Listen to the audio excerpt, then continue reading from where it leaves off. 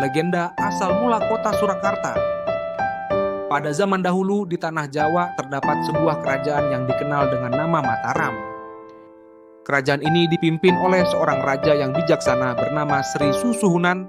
Ia terkenal tidak hanya karena kebijaksanaannya, tetapi juga karena kemampuannya dalam memerintah serta menjaga kedamaian di tanah Jawa. Di samping itu, Sri Susuhunan juga memiliki seorang istri yang sangat cantik dan bijaksana, yang selalu mendampinginya dalam segala keputusan penting kerajaan.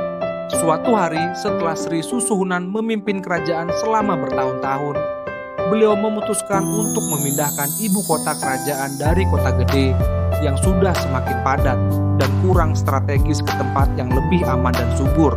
Sang raja berkeliling ke berbagai wilayah untuk mencari tempat yang cocok untuk ibu kota baru.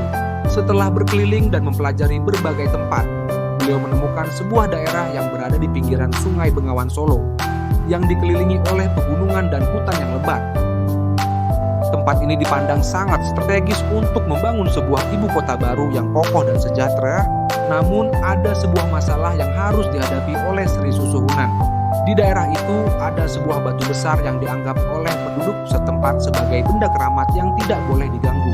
Batu tersebut terletak tepat di tengah lokasi yang direncanakan untuk mendirikan istana. Para ahli istana pun datang untuk memberi solusi, namun tidak ada yang tahu bagaimana cara memindahkan batu tersebut.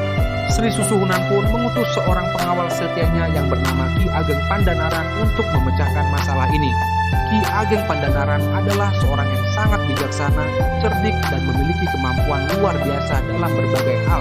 Setelah beberapa lama berpikir, Ki Ageng Pandanaran akhirnya menemukan cara untuk memindahkan batu keramat itu. Ia menyarankan agar batu tersebut tidak dipindahkan secara fisik, melainkan dengan cara menyihirnya agar tampak hilang atau berpindah. Ki Ageng Pandanaran pun melakukan ritual khusus, memohon kepada para dewa agar batu tersebut dapat berpindah ke tempat lain. Beberapa hari kemudian, batu tersebut benar-benar menghilang dan tanah tempat berdirinya batu itu pun menjadi kosong. Akhirnya, Sri Susuhunan memutuskan untuk membangun ibu kota baru di tempat tersebut yang diberi nama Surakarta. Namun, tidak lama setelah itu, terjadi peristiwa yang mengejutkan. Di tengah pembangunan, sebuah kejadian aneh terjadi di daerah sekitar tempat batu itu pernah berada. Pada malam hari, suara-suara misterius terdengar dari tempat itu, dan banyak orang merasa terganggu dengan hal tersebut. Konon, suara tersebut adalah suara dari roh penjaga batu yang telah hilang. Untuk menenangkan situasi, Sri Susuhunan memutuskan untuk membangun sebuah masjid di sekitar tempat tersebut sebagai simbol kedamaian dan pengingat akan kehati-hatian dalam menjalankan kehendak alam. Masyarakat setempat percaya bahwa suara-suara tersebut adalah pertanda bahwa batu keramat yang hilang masih memiliki kekuatan magis yang harus dihormati. Karena itu, kota Surakarta pun dikenal sebagai kota yang memiliki keseimbangan antara dunia manusia dan dunia gaib.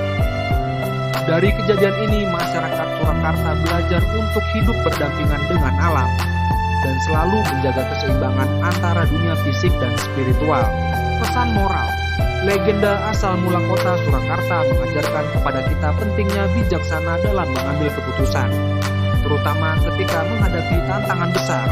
Seperti halnya Sri Susuhunan yang harus memikirkan cara bijak dalam memindahkan ibu kota, kita juga diajarkan untuk selalu mencari solusi yang tidak hanya menguntungkan diri sendiri, tetapi juga menghargai nilai-nilai dan kepercayaan orang lain.